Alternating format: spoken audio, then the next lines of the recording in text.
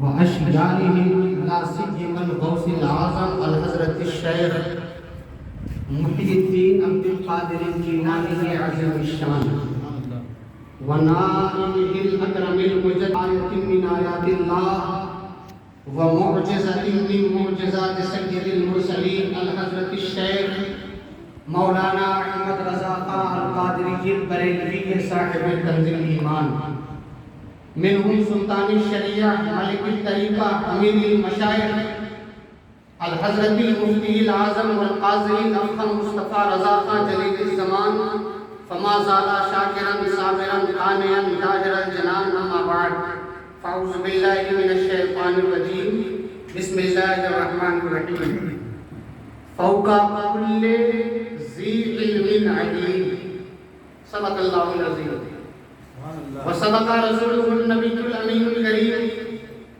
ونحن على ذلك لمن الشاهدين والشاكرين والحمد لله رب العالمين بارگاہ رسالت میں درود پاک پڑھ لیجیے اللهم صل وسلم على سيدنا مولانا محمد وعلى آله وصحبه وسلم صلى الله عليه وسلم يا رسول الله صلى الله تعالى عليه وسلم. ابھی آپ یہاں دیکھ رہے ہیں بہت ہی مبارک محفل ہے کہ سادات کرام کا ایک عظیم قافلہ موجود ہے. بولیے آپ لوگ. سبحان شاعر نے بڑے اچھے انداز میں کہا ہے کہ چاند کی رفعت کو چھو لینا کہاں کی عقل ہے. چاند کی رفعت کو چھو لینا کہاں کی عقل ہے. عقل یہ ہے کہ چاند کو خود اپنا دیوانہ بنا. عقل یہ ہے کہ چاند کو خود اپنا دیوانہ بنا. اور ایک شاعر نے بڑا اچھا شعر کہا ہے, خانقاہی شعر ہے, آپ ذرا سماعت کریں گے کہ کسی سے رابطے اتنے شدید ہو گئے ہیں, کسی سے رابطے اتنے شدید ہو گئے ہیں کہ ہم لڑے بھی نہیں اور شہید ہو گئے ہیں. کبھی جو وقت ملے ان کے پاس بیٹھا کر جو لوگ عشق میں بابا فرید ہو گئے ہیں, جو لوگ عشق میں بابا فرید ہو گئے ہیں. معزز سامعین کرام, قرآن کریم کی ایک آیت کریمہ کی تلاوت کا شرف حاصل کیا. ہر جاننے والوں کے اوپر ایک جاننے والا ہے, ہر علم والے کے اوپر ایک علم والا ہے. تو آج میری یہ خواہش ہوئی کہ آج اسی پر بات ہو جائے کہ علم کی ضرورت کتنی ہے, پڑھنے سے فائدہ کیا ہوتا ہے. اور ظاہر ہے کہ جب دین کا علم کسی کے پاس ہو تو مصطفیٰ جان رحمت نے کتنے فضائل و مناقب بیان کیے. اب یہاں سے ایک اندازہ لگائیں آپ ذرا کہ علماء کی کتنی فضیلتیں ہیں. آقا ارشاد فرماتے ہیں العلماء ورثۃ الانبیاء, یہ علماء جو ہے وارث انبیاء ہیں, انبیاء کے وارث ہیں. اب ظاہر ہے کہ ایک جگہ آقا علیہ السلام حضرت امیر معاویہ, اس کے راوی ہیں, بخاری کی روایت ہے, ان معاویہ قال قال رسول اللہ صلی اللہ علیہ وسلم من یرید اللہ بہ خیرا یفقہہ فی الدین وانما انا قاسم واللہ یؤتی. آقا فرماتے ہیں اللہ جس سے راضی ہوتا ہے اسے دین کی سمجھ عطا فرما دیتا ہے. کتنی پیاری بات ہے, اللہ جس سے خوش ہوتا ہے اسے دین کی سمجھ عطا فرما دیتا ہے. اب یہاں پر چلتے چلتے ایک بات اور آپ سماعت کر لیں کہ یہ حقیقت ہے.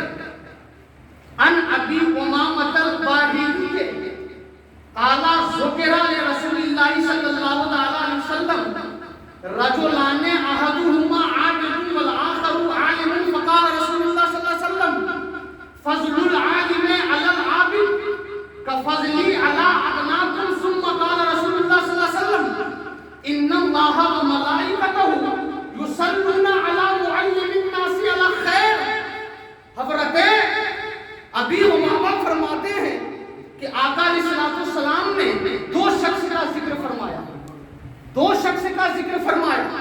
ایک عالم کا اور دوسرے میں عابد کا.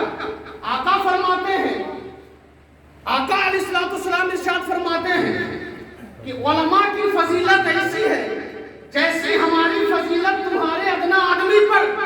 اور علماء وہ ہیں کہ چونٹیاں سوراخ میں رہ کر، مچھلیاں سمندر میں رہ کر علماء کے لیے دعائیں خیر کرتی رہتی ہیں. سبحان اللہ.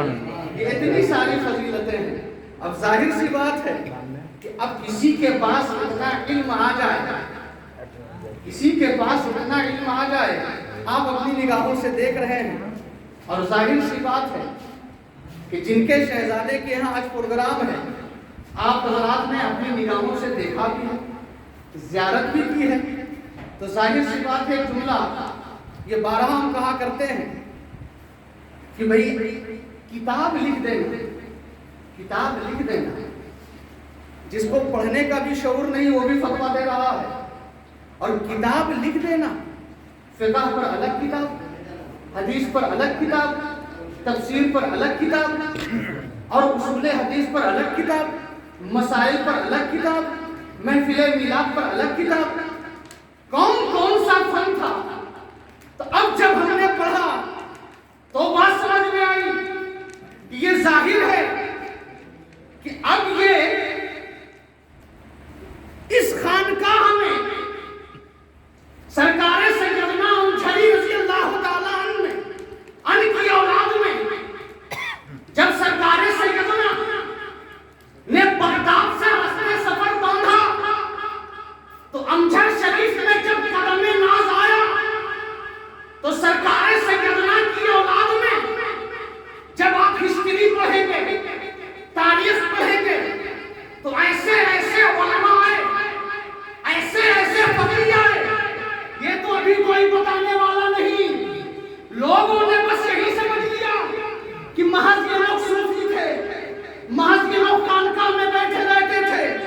لیکن انہیں معلوم نہیں کہ سرکار سیدنا کتنے بڑے فقیہ تھے، سرکار سیدنا کتنے بڑے محدث تھے. اتنی گہری نظر حدیث پر، اتنی گہری نظر اصول حدیث پر. تو جب ہم نے ہسٹری اٹھائی تو ایک بات سمجھ میں آئی کہ ان کے خاندان میں پیدا ہونے والا جب سید حماد کے علم کا کوئی اندازہ نہ لگا سکا تو سرکار سیدنا کے علم کا اندازہ کون لگا سکا. یہی تو بات ہے. لیکن ہم نے اس کو چینج کر دیا. صرف یہی سمجھا یہ لوگ صوفی ہیں، مریدوں میں بیٹھ کر مریدوں کو. اب تو بہت سے لوگوں نے ایک بات تو ہم کہتے ہیں کہ بہت سے لوگوں نے تو یہاں تک سمجھ لیا کہ ان لوگوں کے پاس کوئی علم نہیں تھا، بس یہ لوگ اتنا جانتے تھے مرید کرنے کا طریقہ آ گیا، مرید کر لیا. اب مرید لوگ بلا رہے ہیں تو ظاہر سی بات ہے کہ جھارکھنڈ میں دار دورہ ہے، یو پی میں دار دورہ ہے، جدھر جاؤ ادھر دار دورہ ہے. ظاہر سی بات ہے کہ بغداد سے آنے والا ایک مصطفیٰ کی یاد، خاتون جنت کا لخت جگر، مولائے کائنات کا نور نظر، امام حسن کا لخت جگر، امام حسین کی آنکھوں کا تارا. جب حضرت سیدنا امجھر شریف میں آئے تو یہی تو ایک جملہ کہتے ہیں کہ بہار میں بہار کسی کے باپ کی جاگیر نہیں ہے، بہار میں بہار سرکار سیدنا کے قدم ناز. سبحان اللہ، سبحان اللہ. اور محض اتنا مت لے لینا کہ یہ لوگ صرف مرید کرنا جانتے ہیں. ارے اگر قلم اٹھا لیا تو گھنٹوں میں کتاب بھی لکھ دیتے ہیں. قلم اٹھا لیتے ہیں، جب حدیث پڑھاتے ہیں تو اتنی گہری نظر ہے، جب فقاہت پر بات کرتے ہیں تو ایسا محسوس ہوتا ہے. برکوٹی شریف میں سید علی امام صاحب کو ہم لوگ جانتے ہیں، وہ ایک بات بتا رہے تھے کہ جب حضرت سید شاہ حماد احمد صاحب قادری علیہ رحمت و رضوان کا جب وہاں جانا ہو تو بارہا وہاں جایا کرتے تھے. تو علی امام صاحب کہتے ہیں ایک روز ہم سے کہ جب حضرت آتے تھے نا تو ایک بات ہم نے غور کی، اگر قرآن پر بحث شروع کیا قرآن کی آیت کریمہ سے تو وہ کہہ رہے ہیں کہ کتنا علم تھا کہ ایسا بات سے شروع کرتے تھے 3 بج جاتا تھا، وہ ختم نہیں ہو رہا، ختم نہیں ہو رہا ہے. یا رسول اللہ. محمد احمد صاحب القادری وہ ختم نہیں ہو رہا ہے، لیکن آج حال کیا ہے؟ بخاری کی ایک روایت اور ہے، مصطفیٰ جان رحمت فرماتے ہیں عن عبداللہ ابی عمر بن العاص قال سمعت رسول اللہ صلی اللہ علیہ وسلم یقول ان اللہ لا یقبض العلم انتزاعا ينتزعه من العباد ولكن يقبض العلم بقبض العلماء حتى اذا لم يبق عالم اتخذ الناس رؤوسا جهالا فسئلوا فافتوا بغیر علم فضلوا وأضلوا۔ آقا ارشاد فرماتے ہیں کہ قرب قیامت میں جب قیامت قریب ہوگی تو ان تمام نشانیوں میں ایک نشانی یہ ہے کہ اللہ تبارک و تعالیٰ علم کو اٹھا لے گا۔ اللہ تبارک و تعالیٰ علم کو اٹھا لے گا۔ علم کو اٹھانے کا مقصد مطلب کیا ہے؟ آقا فرماتے ہیں یعنی علماء اٹھا لیے جائیں گے، علماء اٹھا لیے جائیں گے۔ اب جب اس روئے زمین پر کوئی عالم باقی نہیں رہے گا تو جانتے ہو کیا ہوگا؟ لوگوں کو مسئلہ پوچھنے کی جب ضرورت پڑے گی تو رؤوساً جہالاً، جاہل رئیس کے پاس لوگ جائیں گے، جا کر اس سے مسئلہ پوچھیں گے۔ فَسُئِلُوا فَأَفْتُوا بِغَيْرِ عِلْمٍ، وہ مسئلہ بھی بتائے گا، بغیر علم کے فتویٰ بھی دے گا۔ آقا آگے فرماتے ہیں وہ خود گمراہ ہوگا، اس کو بھی گمراہ کر دے گا۔ یہ ایسا زمانہ ہے، اب وہ خود گمراہ ہوگا اور اسے بھی گمراہ کر دے گا۔ تو اسی لیے کہتے ہیں کہ جب علم نہ ہو تو چوراہے پر بیٹھ کر بات نہ کرو، اگر سمجھ میں نہ آئے تو علماء کی بارگاہ میں جاؤ، جا کر ان سے پوچھو۔ اس لیے شریعت ہے، شریعت کسی کی جاگیر نہیں بلکہ یہ مصطفیٰ جان رحمت کی ہے، آقا علیہ السلام کی ہے۔ شریعت کا مذاق مت اڑاؤ۔ کیا بات۔ اب ایک روایت اور ہے، اب یہاں پر ایک بات، ایک حدیث پاک سنیں اور دو تین باتیں اور سماعت کرنے کے بعد آپ حضرات جب سماعت کر لیں گے تو انشاءاللہ میری خطبہ مکمل ہو جائے گی۔ ان علی قال قال رسول اللہ صلی اللہ علیہ وسلم یوشک ان یاتی علی الناس زمان لا یبقى من الاسلام الا رسمه من القرآن الا رسمه مساجدهم عامرة وهي خراب من الهدى علماؤهم شر تحت من اقدام السماء تخرج الفتنة وفيهم تعود۔ حضرت علی اس کے راوی مولائے کائنات فرماتے ہیں کہ آقا نے ارشاد فرمایا کہ قرب قیامت میں کیا ہوگا؟ قرب قیامت میں کیا ہوگا کہ اسلام کا صرف نام اور قرآن کا صرف رواج رہ جائے گا۔ اسلام کا صرف نام اور قرآن کا صرف رواج رہ جائے گا۔ مسجدیں بھری ہوں گی لیکن ہدایت سے خالی ہوں گی۔ جو انسان کبھی نماز نہ پڑھے، کبھی نماز نہیں پڑھتا، رمضان شریف کا مہینہ آ گیا تو دیکھو اتنا بڑا نمازی ہو گیا کہ وہ نمازی پر فتویٰ لگا رہا ہے، فلاں نماز نہیں پڑھتے ہیں، وہ نماز نہیں پڑھتے ہیں۔ یہ محض ایک مہینہ، وہ بھی ظہر اثر مغرب عشاء فجر میں نہیں، یہ 4 بج جائے گا۔ اور علماء کے بارے میں فلاں سید صاحب کو تو ہم نے کبھی مسجد میں نہیں دیکھا، فلاں عالم صاحب کو تو ہم نے کبھی مسجد میں نہیں دیکھا، فلاں مولانا صاحب کو ہم نے کبھی مسجد میں نہیں دیکھا۔ ابے تو مرے گا تو اس سے سوال ہوگا، ان کا انتقال ہوگا، ان سے سوال ہوگا، تو فکر میں کیوں ہے؟ یہی تو بات ہے۔ آقا ارشاد فرماتے ہیں مسجدیں بھری ہوں گی مگر ہدایت سے خالی ہوں گی۔ مطلب کیا ہے؟ مسجد میں لوگ موجود ہوں گے، کیوں ہوں گے؟ مسجد میں تو کوئی کھیل تماشے کے لیے تو جاتا نہیں نا، وہ تو عبادت کے لیے جاتا ہے۔ آقا فرماتے ہیں ان میں ایک بھی مومن نہیں ہوگا، اللہ اکبر، ایک بھی مومن نہیں ہوگا، مطلب ہے کہ ہدایت سے خالی ہوں گے۔ تو اب ان ساری باتوں کو سمجھنے کی اشد ضرورت ہے۔ ایک اور درود پاک کر لیجیے، اللہم صلی وسلم علی سیدنا شفیعنا مولانا محمد معدن الجود والکرم وآلہ وبارک وسلم، صلو علیہ الصلوۃ والسلام علیک یا رسول اللہ صلی اللہ تعالی علیہ وسلم۔ یہاں پر علم کی کتنی ضرورت ہے، کتنی ضرورت ہے۔ جو انسان پڑھتا ہے، جس انسان کے پاس علم ہو تو وہ روشنی میں ہے، اور جس کے پاس علم نہیں وہ اندھیرے میں ہے۔ بڑے بڑے علماء اس روئے زمین پر آئے، بڑے بڑے علماء ہیں، لیکن یہی تو بتاتے جا رہے ہیں کہ پڑھو، علم کی اشد ضرورت ہے۔ ارے جس کے پاس کل کچھ نہیں تھا وہ لوگ بڑے مقام پر پہنچ گئے، اور علم جن کے پاس پہلے موجود تھا تو انہی کے بعد نسلاً بعد نسل دھیرے دھیرے یہ ختم ہوتا جا رہا ہے. اس چیز کو مت مٹاؤ, اس چیز کو قائم رکھو.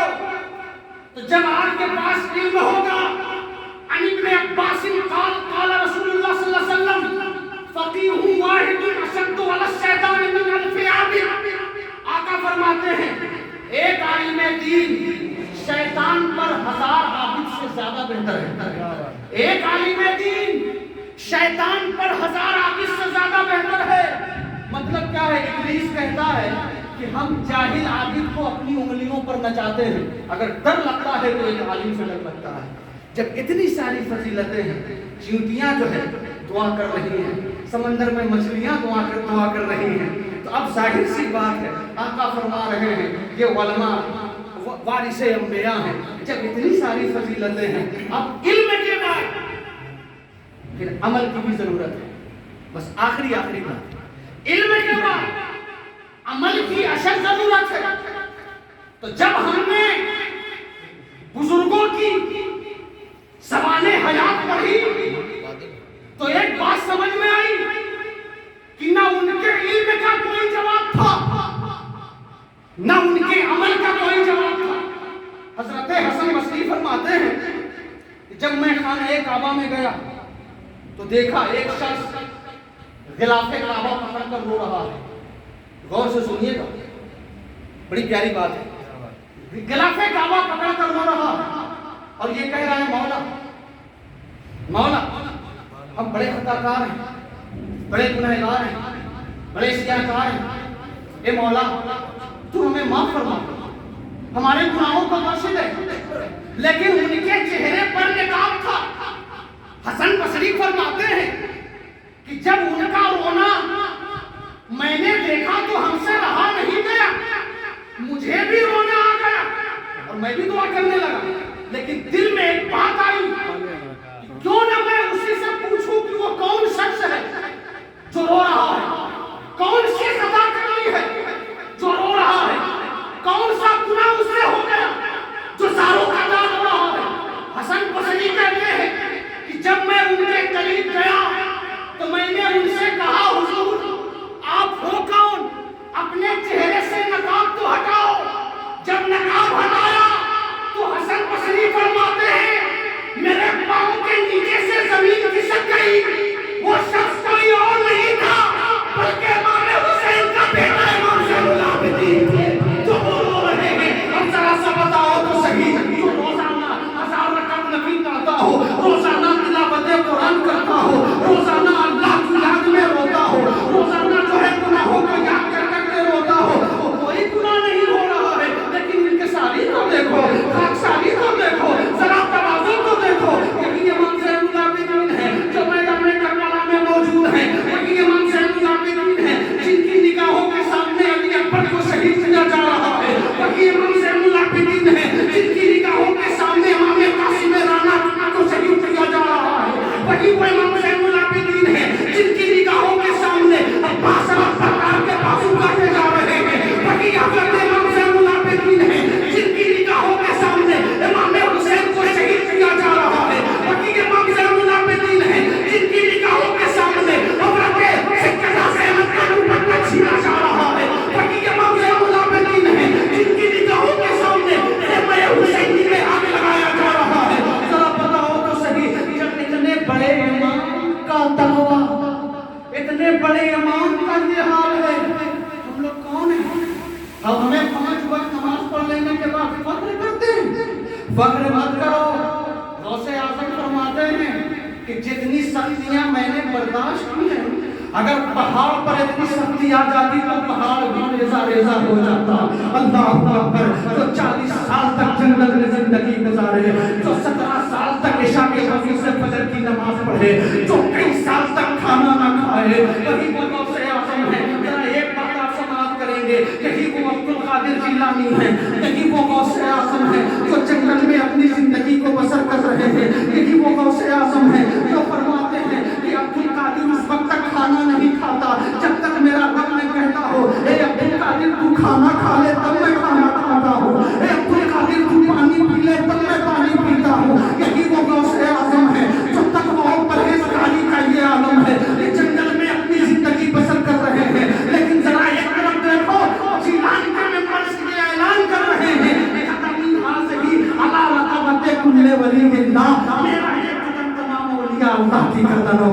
اور پرہیزگاری تو دیکھے، لیکن ہمارا حال کیا ہے؟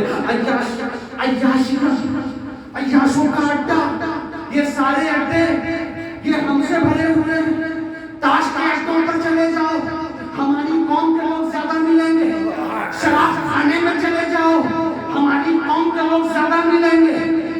جہاں چلے جاؤ جہاں برائیوں کا اڈا ہے، ارے مصطفیٰ جان رحمت آئے غار حرا میں جب قرآن کی پہلی آیت کریمہ کا نزول ہوا ہے، اقرأ بسم ربک الذی خلق، یہی میرے آقا ہیں کہ جنہوں نے پتھر تک کھایا، یہی میرے آقا ہیں، یہی میرے آقا ہیں جس میں اقدس پر مشرکین مکہ نے اجڑی تک ڈال دی، لیکن یہی میرے آقا ہیں۔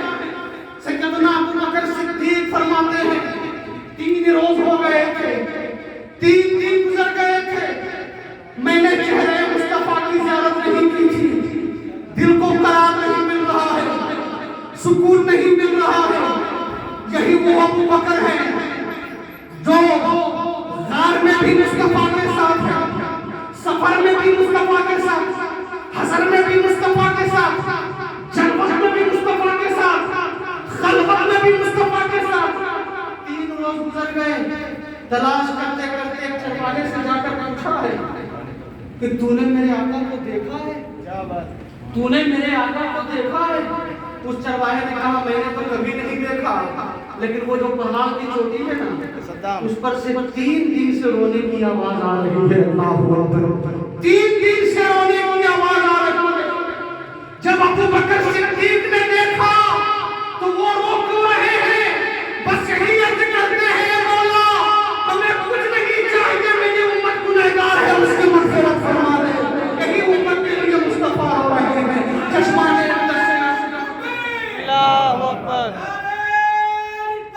یا رسول اللہ، یا علی، یہی میرے آقا علیہ السلام ہے۔ تو ظاہر سی بات ہے، ذرا دیکھو تو صحیح، ہم نے دل تو لگایا ہے، ہم نے رو تو لگایا ہے، ہم نے برائی تو کی ہے، ہم نے عیاشی تو کی ہے، جھوٹ ہم بول رہے ہیں، چغلی ہم کر رہے ہیں، غیبت ہم کر رہے ہیں، ہر بھائی ہم کر رہے ہیں، لیکن پھر بھی دعویٰ ہے وہ مصطفیٰ کی امت میں ہے، ان نے مصطفیٰ کا کلمہ پڑھا ہے۔ ارے اور بھی میرے آقا کا دل نہ دکھاؤ، میرے آقا نے بڑی تکلیفیں سہی ہیں، جب جب امت کی یاد آئی ہے چشمانے عطش سے آنسو ٹپک پڑے ہیں۔ ذرا بتاؤ تو صحیح کون ایسی محبت ہے جو ہر جگہ کام آ رہی ہے؟ جب دیکھو گے تو بات یہ ظاہر ہو جائے گی، دنیا میں رہو تو مصطفیٰ کی محبت کام آ رہی ہے، مرنے کے بعد قبر میں جاؤ گے وہاں بھی آقا کی محبت کام آ رہی ہے۔ ایک آخری حدیث پاک ان اسماء بنت یزیدہ ان رسول اللہ صلی اللہ علیہ وسلم قال یحشر الناس فی شقیق واحد یوم القیامہ فینادی مناد فیقول ان الذین كانت تتجافى جنوبهم عن المضاجع فيقولون وهم قليل فيدخلون الجنة بغير حساب ثم يؤمرون بسائر الناس الى يوم الحساب۔ حدیث شریف میں ہے، حضرت اسماء بنت یزید سے روایت ہے، آقا ارشاد فرماتے ہیں جب کل حشر برپا ہوگا، جب کل حشر برپا ہوگا تو ایک منادی، ایک اعلان کرنے والا اعلان کرے گا، وہ لوگ کہاں ہیں؟ بس آخری بات، آخری حدیث پاک، آخری بات، وہ لوگ کہاں ہیں جن کے پہلو رات میں اپنی خوابگاہوں سے الگ رہتے تھے؟ وہ لوگ کہاں ہیں جب دنیا سو جاتی تھی یہ لوگ اللہ اللہ کرتے رہتے تھے؟ وہ لوگ کہاں ہیں؟ بس ایک جملہ کہہ دیتے ہیں، اشارہ، اگر سمجھدار ہیں تو سمجھ جائیں گے، ابھی بس ادھر ادھر نہیں، آخری بات ہے، ایک اشارہ کر دیتے ہیں۔ وہ لوگ کہاں ہیں؟ وہ لوگ کہاں ہیں جو دن اور رات ملا کر روزانہ 1000 مرتبہ مصطفیٰ پر درود پڑھا کرتے ہوئے؟ اشارہ آپ سمجھ گئے ہوں گے، 1000 درود پاک پڑھنے والا داؤد نگر کی سرزمین پر جب ہم نے ہسٹری اٹھائی تو وہاں بھی سید حماد احمد قادری کو پائے، روزانہ 1000 مرتبہ مصطفیٰ جان رحمت پر کم و بیش درود پاک پڑھا کرتے تھے۔ وہ لوگ کہاں ہیں جب رات میں دنیا سو جاتی تھی، ان کے پہلو اپنی خوابگاہوں سے الگ رہتے تھے؟ کہ جانتے ہو وہ لوگ کھڑے ہو جائیں گے، وہ لوگ کھڑے ہو جائیں گے، فیقولون وهم قلیل، لیکن وہ تھوڑے ہوں گے، کھڑے ہو جائیں گے لیکن وہ تھوڑے ہوں گے۔ تو اعلان کرنے والا کہے گا، اب اللہ تبارک و تعالیٰ فرمائے گا ان لوگوں کو بغیر حساب و کتاب جنت میں ڈال دیا جائے. سبحان اللہ. بغیر حساب و کتاب جنت میں ڈال دیا جائے. یہ ظاہر سی بات ہے. جب اپنے رب سے لو لگاؤ گے, جب اپنے آقا پر درود پڑھو گے, تو جب تک زمین پر ہو کامیاب ہو, زمین میں جاؤ گے وہاں بھی کامیاب رہو گے. اسی سے رابطے اتنے شدید ہو گئے ہیں کہ ہم لڑے بھی نہیں اور شہید ہو گئے ہیں. کبھی جو وقت ملے ان کے پاس بیٹھا کر جو لوگ عشق میں بابا فرید ہو گئے. سبحان اللہ.